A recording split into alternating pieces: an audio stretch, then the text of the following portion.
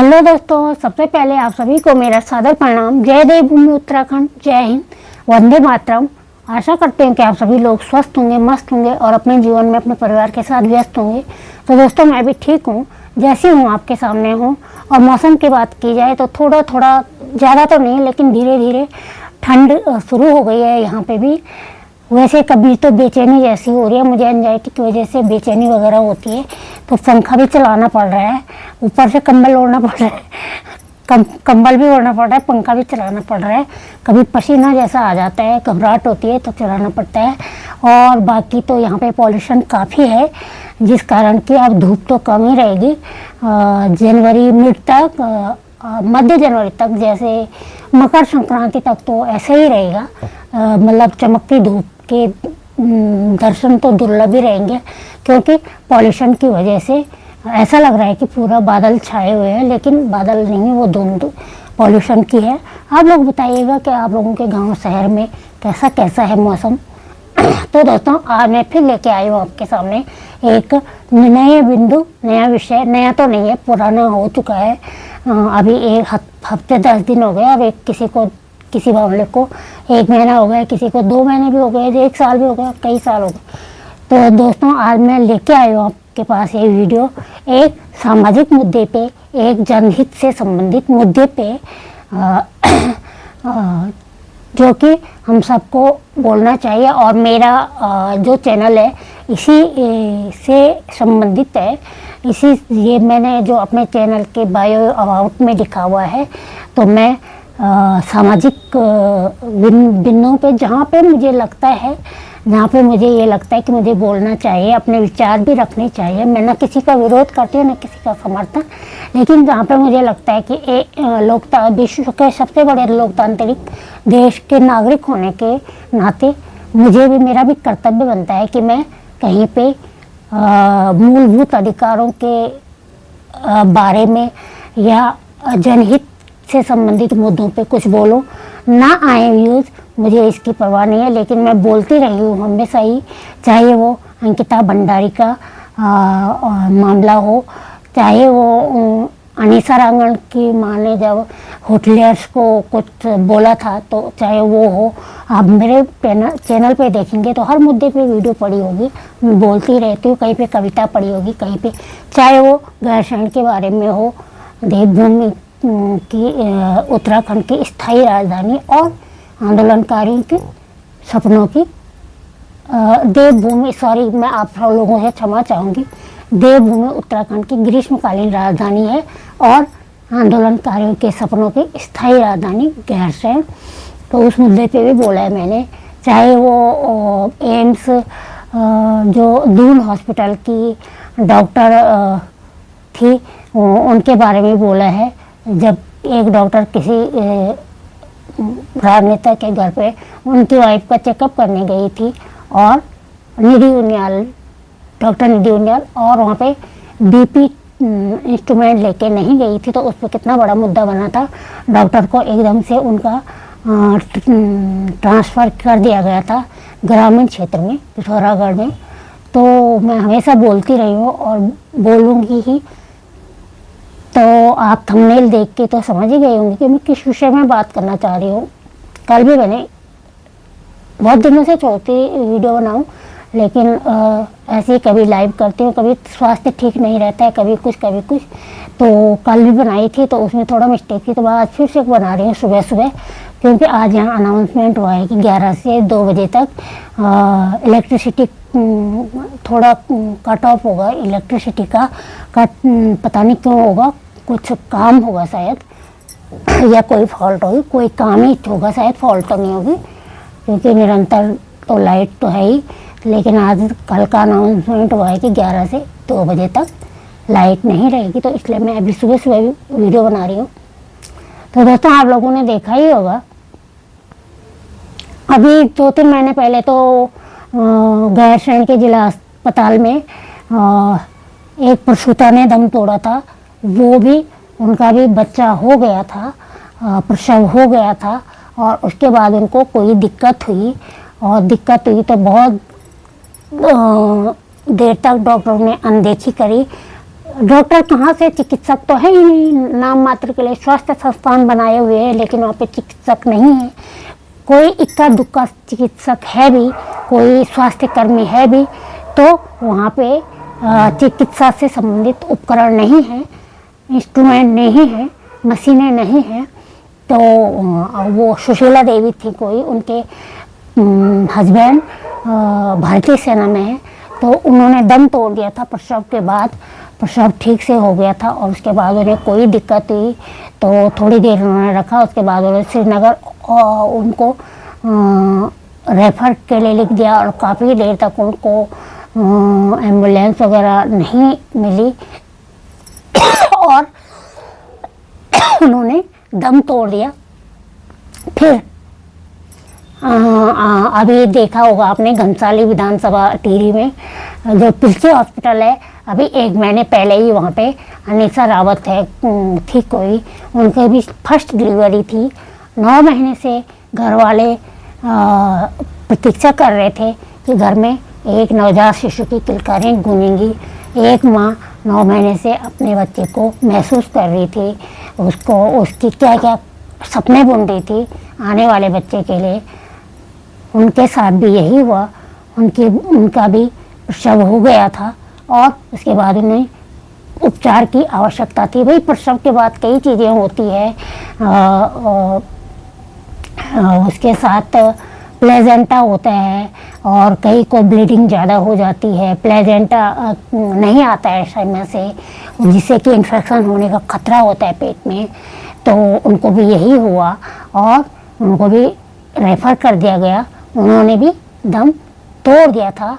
और अभी 1 हफ्ता हुआ है, आपने देखा होगा रवीना बिष्ट नाम की युवती, उनका भी पहला प्रसव था और उनका भी पहले तो वो गए पिल्ची हॉस्पिटल में घनसाली विधानसभा के, वो वहाँ पे गए और पहले तो डॉक्टर्स ने कहा कि अभी नहीं होगा डिलीवरी, अभी नहीं होगी। तो जब डिलीवरी उन्होंने कहा नहीं होगी तो वहाँ पे उनको काफ़ी पेन होने लग गया। डॉक्टर उनको अंदर नहीं ले जा रहे थे, वो जो स्टाफ था वो अंदर नहीं ले जा रहा था। उनके हस्बैंड ने बोला भी कि एक बार चेक तो कर लो, जब वो बोली कि मुझे इतना दर्द हो रहा है, लेकिन वहाँ के स्टाफ ने उनको उल्टा डांट दिया कि तुम हमसे ज़्यादा जानते हो, हमने चेक कर दिया, हमें पता है कब बच्चा होगा और कब तक नहीं होगा। तब तक वहाँ पे कोई रही होंगी जानकार महिला, तो उन्होंने कहा कि एक बार मैं जाके देखती हूँ अंदर। तो वो गई तो नॉर्मल डिलीवरी हो गई, बिना डॉक्टर्स के, बिना किसी स्टाफ के नॉर्मल डिलीवरी हो गई। नॉर्मल डिलीवरी हुई तो उसके थोड़ी देर बाद वो ठीक थी। फिर उन्होंने कहा कि मुझे थोड़ा ब्रीदिंग प्रॉब्लम हो रही है, सांस लेने में दिक्कत हो रही है, और उनको काफ़ी दिक्कत होने लगी सांस लेने में दिक्कत हुई। उस समय तो उनकी सासू माँ भी वहीं पे थी जब डिलीवरी हुई। तो उनकी सासू माँ, उन्होंने अपने, शायद उनकी सासू माँ पहले चली गई थी घर, उन्होंने, क्योंकि उनकी जेठ सास जी आ गई थी वहाँ पे, उनके हस्बैंड की दीदी। तो उन्होंने अपने सासू माँ को बोला कि आप घर जाओ, घर में भैंस वगैरह हैं तो यहाँ पे दीदी रह लेंगी। उनकी सास घर चली गई। तो डिलीवरी के बाद नॉर्मल डिलीवरी किसी महिला ने करवा दी थी, जो किसी पेशेंट के अटेंडेंट में से थी शायद, तो उन्होंने करवा दी थी। उसके बाद बच्चा भी ठीक था, वो भी ठीक थी। थोड़ी देर बाद उनको ब्रीदिंग प्रॉब्लम होने लग गई, सांस लेने में दिक्कत होने लग गई। तो पहले से वो बोलते रहे देखो इसको, देखो। तो फिर नहीं देखा उन्होंने, अनदेखी करी, लापरवाही की। और उसके बाद जब काफ़ी सीरियस हो गए तो तब उनके हस्बैंड ने अपनी माँ को फ़ोन किया कि, और वो उनके हस्बैंड ने कहा कि हमारी गाड़ी आ रही है, आप अगर गाड़ी नहीं दे पाते हो तो हमारी गाड़ी आ रही है, इसकी हालत ऐसी है तो मैं फटाफट लेके जाता हूँ। उन्होंने कहा कि नहीं, तुम हमारी ही गाड़ी में जाओगे। ऐसे करके देर होती गई और उनकी सास को भी नहीं आने दिया, तब मतलब वो भी नहीं पहुँची थी और उनको निकाल दिया, वहाँ से रेफ़र कर दिया। और फिर उनको भी श्रीनगर श्रीकोट हॉस्पिटल में रेफ़र कर दिया। वहाँ पे भी उनको कोई उपचार नहीं मिला समय से और उन्होंने दम तोड़ दिया। फिर डॉक्टर ने बोला कि उनकी पहले बाईपास सर्जरी हुई थी, तो इसलिए उनको दिक्कत हुआ। चलो उनकी बाईपास सर्जरी हुई थी, हम मान सकते हैं कि 10% गलती उनकी भी थी। मतलब माता पिता से मेरा अनुरोध है कि अगर किसी बेटी को इतनी दिक्कत है, अगर उनकी बाईपास सर्जरी हुई है, उनको किसी भी स्वास्थ्य संबंधी दिक्कत है, तो आप लोग शादी करके ना निपटाइए। मतलब बेटी कोई बोझ नहीं है, जब तक उसके भाग्य में जीना लिखा है, जब तक वो जी सकती है, आप उसको पढ़ाइए लिखाइए, वो स्वावलंबी बनेगी, अपने घर पे रहेगी। जब तक जीवन है वो अपना जीवन आराम से काटेगी। यूँ शादी करके ना निपटाए ताकि बाद में ज़्यादा रोना पड़े। तो चलो वहाँ पे तो ऐसा हुआ, लेकिन अनीसा रावत के मामले में क्या हुआ था, गैरसैंण में सुशीला देवी थी, उनके मामले में क्या हुआ था। गैरसैंण में तो दोस्तों मेरा ससुराल है गैरसैंण ब्लॉक में। गैरसैंण में तो जब से मेरी शादी हुई और जब से उत्तराखंड बना, तब से तो कई प्रसूताओं ने दम तोड़ दिया है वहाँ पे उपचार के अभाव में। और जब इंसान लास्ट स्टेज पे आ जाता है, जब प्रसूता लास्ट अंतिम क्षणों में अंतिम सांसें लेती रहती है, तब ये लोग रेफर करते हैं, उसके बाद ये रेफर करते हैं। लेकिन यहाँ पे इतने न कोई स्त्री रोग विशेषज्ञ है इन हॉस्पिटलों में, न कोई बाल रोग विशेषज्ञ है, बस राम भरोसे छोड़े हुए हैं, जिनको कि इतना भी ज्ञान नहीं है कि डिलीवरी नॉर्मल हो सकती है या सिजेरियन होगी, या क्या दिक्कतें हैं, या प्लेजेंटा नहीं आ रहा है समय से। ये आप सभी को पता है कि डिलीवरी के सिर्फ डिलीवरी बच्चा बाहर निकालना ही एक वो नहीं होता डिलीवरी का मतलब, उसके बाद प्लेजेंटा भी आता है। प्लेजेंटा भी अगर समय से ना आए तो काफ़ी दिक्कत होती है और उससे पॉइजन भी बन सकता है, शरीर में पूरा इन्फेक्शन हो सकता है। किसी को बहुत ज़्यादा ब्लीडिंग होती है, उससे भी जान जाने के खतरा होता है, काफ़ी रिस्की होता है कई घंटे डिलीवरी के बाद भी, चाहे नॉर्मल हो चाहे सिजेरियन हो। तो मेरा कहने का तात्पर्य ये है कि हर महीने कब तक क्या इसीलिए हमारी बहनों ने रामपुर तिराहा उस कांड में या मुजफ्फरनगर कांड में अपना बलिदान दिया था, अपने इज्जत को दांव पे लगाया था कि कल को किसी माँ या बहन या बेटी को यहाँ पे उपचार न मिल पाए, वो तड़प के अपनी जान दे। क्या इसीलिए उन्होंने उत्तराखंड आंदोलन में हिस्सा लिया था? क्या किसी पिता ने इसीलिए हिस्सा लिया था कि कल मेरी बेटी ऐसे करके यहाँ पे दम तोड़े? क्या किसी माँ ने इसीलिए हिस्सा लिया था? इसीलिए ये आंदोलन किया गया था, इसीलिए पृथक राज्य की मांग की गई थी। उत्तराखंड को अलग बनाने का पृथक आंदोलनकारियों की मांग थी, उत्तराखंड को पृथक और आत्मनिर्भर राज्य बनाने की। पृथक तो बन चुका है, पृथक बने तो अब 9 तारीख को 26 साल हो जाएंगे, लेकिन आत्मनिर्भरता के नाम पे यहाँ पे कई मेरे ससुराल के नज़दीक चमोली और हर ज़िले में है, जो 13 ज़िले हैं हर ज़िले में, हाँ मैदानी क्षेत्रों में नहीं होगा, लेकिन हर दुर्गम जो ज़िले हैं, दूरस्थ जो ज़िले हैं, कई तो सड़क सुविधा से अछूते हैं, कई पानी से अछूते हैं, पेयजल से, कई शिक्षण संस्थानों से अछूते हैं। 3-3, 4-4 किलोमीटर मरीजों को डंडी कंडी पे बोक के फिर लाया जाता है, कई तो दम तोड़ देते हैं सड़क तक आते आते। तो यही मेरा वो था कि कब तक हमारी माताएं बहनें, कब तक एक प्रसूता ऐसे 9 महीने तक अपने शिशु को आने के सपने संजोती रहेगी।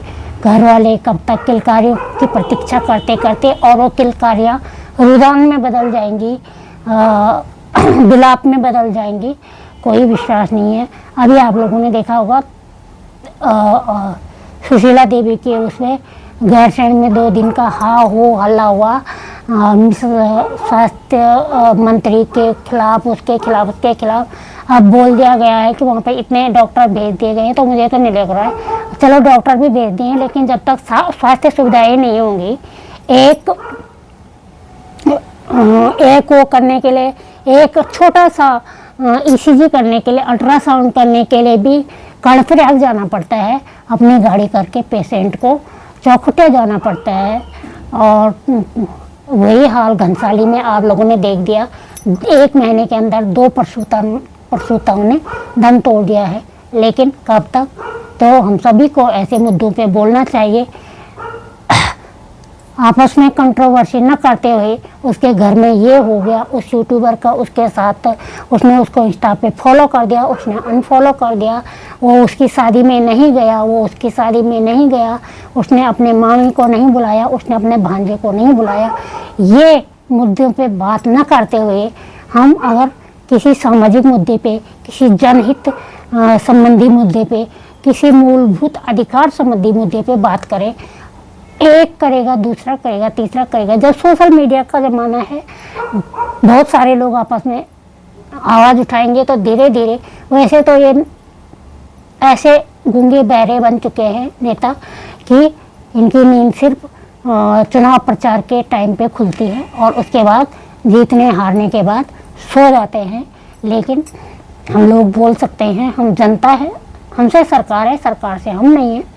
तो हमें इस मुद्दे पे बोलना चाहिए, हर मुद्दे पे बोलना चाहिए, शिक्षा के, स्वास्थ्य के, रोजगार के, सब मुद्दों पे हमें अपनी आवाज़ उठानी चाहिए। ना कि लोगों के कई लोग बोलते हैं हम रिएक्शन चैनल वाले हैं, हम ये भाई रिएक्शन चैनल वाले हैं तो इस पे भी रिएक्शन दो ना। रिएक्शन चैनल वाले हो तो इन मुद्दों पे भी रिएक्शन दो। जो अच्छे खासे खा रहे हैं, पी रहे हैं, जिनके घर में सब कुछ फैसिलिटी है, वो लाखों में व्यूज उनके आ रहे हैं, यूट्यूब से कमा रहे हैं, सरकारी नौकरी से कमा रहे हैं, सब चीज़ से, उनके उन मुद्दों पे बोल के तुम क्या कर लोगे? 2-4 रुपए तुम भी कमा लोगे। इन मुद्दों पे बोलो ना, जिन पे जो सबके मूलभूत अधिकारों की बात है, जिन पे सबका भला होगा, जिन पे सब कोई संज्ञान लेगा। तो दोस्तों, आज मुझे तो काफ़ी मैं आक्रोश में थी और पूरी जनता, और जो बोल भी रहे हैं, जो इन मुद्दों पे बोल भी रहे हैं, अभी आप लोगों ने सभी ने सुना होगा, मैं नाम नहीं लेना चाहूँगी, जो अभी कशिश केस एक जो है यूट्यूबर, जिनके लोग जो जय जयकार कर रहे थे, और कशिश केस में पिथौरागढ़ गई, फिर स्वास्थ्य के वजह से चौखुटिया में जो धरना हो रहा था वहाँ पहुँची। और अब देख दिया होगा आपने, किसी राजनीतिक दल का पट्टा उन्होंने गले में डाल दिया है। तो ये सारा था प्रोपोगंडा राजनीति में जाने का। बहन वैसे चली जाती, कोई रोक थोड़ी रहा था, लेकिन इतना ड्रामा करने की क्या ज़रूरत थी? एक छोटी सी बेटी, नाबालिग बेटी जिसके साथ दुष्कर्म हुआ था, उसके घर में उसके माँ बाप के आंसू के साथ खेलने का क्या आवश्यकता थी? अंकिता भंडारी का नाम लेने की क्या आवश्यकता थी? और आज तुम किसी राजनीतिक दल का पट्टा गले में तुमने बांध लिया, तो पहले ही चली जाती। इतना बड़ा बखेड़ा करने की क्या ज़रूरत थी? तो दोस्तों, अगर आप लोगों को राजनीतिक मुद्दों पे बोलना है तो उसी पे बोलिए। अगर जनहित के मुद्दों पे बोलना है, मूलभूत अधिकारों के मुद्दों पे बोलना है, सामाजिक मुद्दों पे बोलना है तो अपने मुद्दों पे अडिग रहिए। न कि आज जनता तुम्हारी जय जयकार करे और कल वही जनता तुम पे थूके। कल कोई जो लोग तुम्हारे कमेंट सेक्शन में तुम्हारी जय जयकार कर रहे थे, वही आज तुम्हारे लिए कैसे कैसे कमेंट कर रहे हैं, आप लोग देख ही रहे होंगे। तो ऐसे तलवे मत चाटे, विरोध कीजिए जहाँ पे गलत हो रहा है। जितना आप पिथौरागढ़ भी गए आप, और अगर आप स्वास्थ्य की वजह से गए थे, चौखुटिया भी गई थी, तो वहाँ भी चले जाते, घनसाली जाके दिखाते, घनसाली हॉस्पिटल में भी जाके दिखाते, गैरसैंण हॉस्पिटल में जाके दिखाते। तो दोस्तों, आज के लिए इतना ही है। तो बहुत कुछ आक्रोश मन में, लेकिन फिर बोलूँगी। अभी उत्तराखंड का स्थापना दिवस आ रहा है 9 नवंबर को, फिर तब तक क्या पता मैं एक कविता बनाऊँ। मैं पहले इस पर कविता ही बना रही थी, लेकिन कविता बनाऊँ तो बनाऊँ, कितनों का नाम लूँ। मैंने खुद अपने सामने, अपने ही गैरसैंण ब्लॉक में कई युवतियों को इसी हाल में दम तोड़ते देखा है। तो कितनों पे मैं कविता बनाऊँ, तो इसलिए मैंने जो ताज़ा तो नहीं है, एक को 1 महीना हो गया है और एक को 1 हफ्ते से ज़्यादा सेम हॉस्पिटल है और सेम केस हुआ, और तो इसलिए मैंने सोचा मुझे भी बोलना चाहिए इस पर। तो आज के लिए इतना ही, फिर मिलती हूँ आपको इसी प्रकार के सामाजिक जनहित मुद्दे पे अपने विचार रखने के लिए या अपनी स्वरचित कविता वगैरह के को लेके, तो आप सभी लोग भी बोलिए, जहाँ पे गलत होता है अपने विचार जरूर रखिए, मतलब आराम से बोलिए, सहजता के साथ अपने विचार रखिए। ऐसे नहीं कि ड्रामा करिए, ये तोड़ फोड़, ये सो, ये कर दूंगी, वो कर दूंगी, चूड़ी पहन लो, ये सो, और बाद में देखो राजनीतिक दल का पट्टा गले में। तो आज के लिए इतना ही दोस्तों, फिर मिलती हूँ आपको एक ऐसे ही नए बिंदु पे।